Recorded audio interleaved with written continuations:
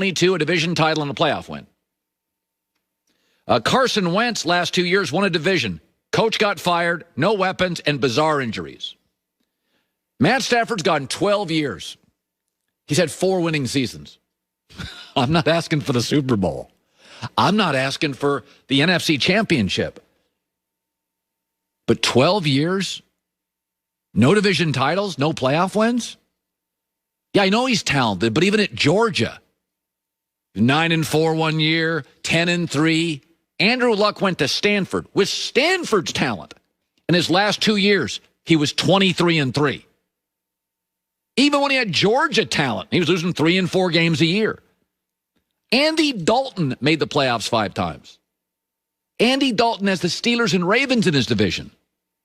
Mitch Trubisky in Matt's division has won it 2 of the last 3 years. And we don't know if he has the right coach, the right GM, or anything on offense.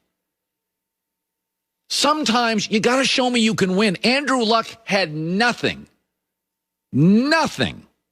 When you tell me Matt Stafford had nothing. He went 11-5, 11-5, 11-5 AFC Championship. Deshaun Watson keeps winning games. He's had nothing but dysfunction. Even in his own division against the Bears and Vikings, let's take Aaron Rodgers out of it. Okay, so he can't beat Aaron Rodgers. Against the Bears and Vikings, he's 19-22. It reminds me, in the NBA, there's players like this. Everybody keeps telling me, I remember Tracy McGrady. Oh, my God, he's got so much talent. And Tracy's a nice guy. I've met him. Oh, my God, Tracy McGrady's got great talent. He never won a playoff series. Oh, Zach LaVine. Oh, my God, Zach LaVine. Oh, my. How come he's never on winning teams? Well, Colin, he doesn't have a lot to work with.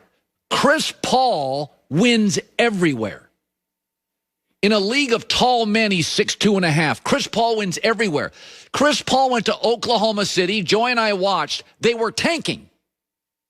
They were tanking. And they had nobody except Chris Paul. And they ended up what? Hottest team in the NBA the last month and a number 4 or 5 seed. In fact, they traded Chris Paul from Oklahoma City because he was screwing up their tanking. Then they traded him to a team that hasn't won in years, Phoenix. Now they're winning. Damian Lillard. Portland's not a hot free agent market. The second best player they have is a lesser version of Damian Lillard. He gets to the conference championship. Damian Lillard wins games. He doesn't have a hot free agent market.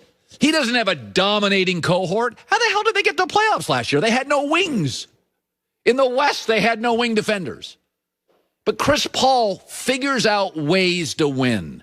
Deshaun wins. Went as much as we criticize him, wins.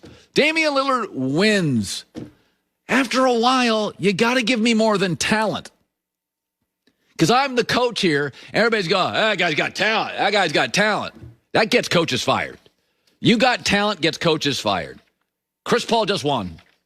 Damian Lillard wins. Deshaun Watson wins. Wentz, maybe 4th of those 4. He was won a lot of games with a mess around him. I mean, think about this. Since Matt Stafford came into the NFC North, Mitch Trubisky's won a division twice. Case Keenum, Jay Cutler, and Teddy Bridgewater.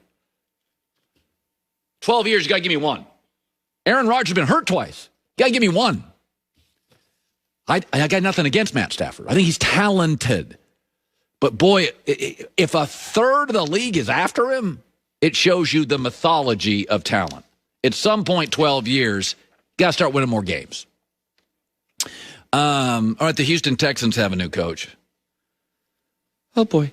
And the Rams just shifted into hyper-aggressive gear. Oh, wow. These teams and these quarterbacks, we got GMs that are getting rid of people and quarterbacks that are getting rid of teams. I love it. We love it. 1 hour from now, Greg Gosell. Ever wonder just how far? Welcome back. The Herd is coming up next right here on FS1. So let's head over check in with Colin. Hey, Colin, what's on the show? Deshaun Watson. This never happens. A 25-year-old star quarterback in the NFL is now on the market. That doesn't happen in the NFL. Ever. We'll talk about that coming up. All right, Colin, thanks. Well, Guys, Jason Witten is retiring a second time after 17 seasons in the NFL. The tight end intends to sign a one-day contract with the Cowboys so he can retire with the team he played 16 of those 17 seasons for before signing with the Raiders. So, Shannon, good idea or bad idea for him to have played really this past season for Vegas? Skip, he wanted to play. He wanted to get it all out of his system. He wanted to exhaust everything. He wanted an opportunity to try to play for the Super Bowl. And I've told guys this, Skip, everybody's not meant to play in or win a Super Bowl. You got to be fortunate. You got to be lucky. You got to be on some good teams, and sometimes good things have to happen. Yep. But he exhausted all the opportunities. Clearly, he wasn't a player. It's been a while since he's been the Jason Witten that we all know. Waller is the tight end there, and him catching 13 passes for 69 yards. Is that really how you want to end your career? So I'm glad it was a great career. I'm glad he decided to say, you know what, it's time. Well, what happened to Jason Witten in Las Vegas is what a lot of people thought would happen to Tom Brady in Tampa, because it became a bad, sad end to a great career that Jason Witten had in his glory years in Dallas. Right. In fact, in his heyday, at his peak, I thought he was even more beloved in Cowboy Nation than his good buddy Tony Romo. Oh, yeah. Seriously. Yeah. For a while, he was the face of that franchise.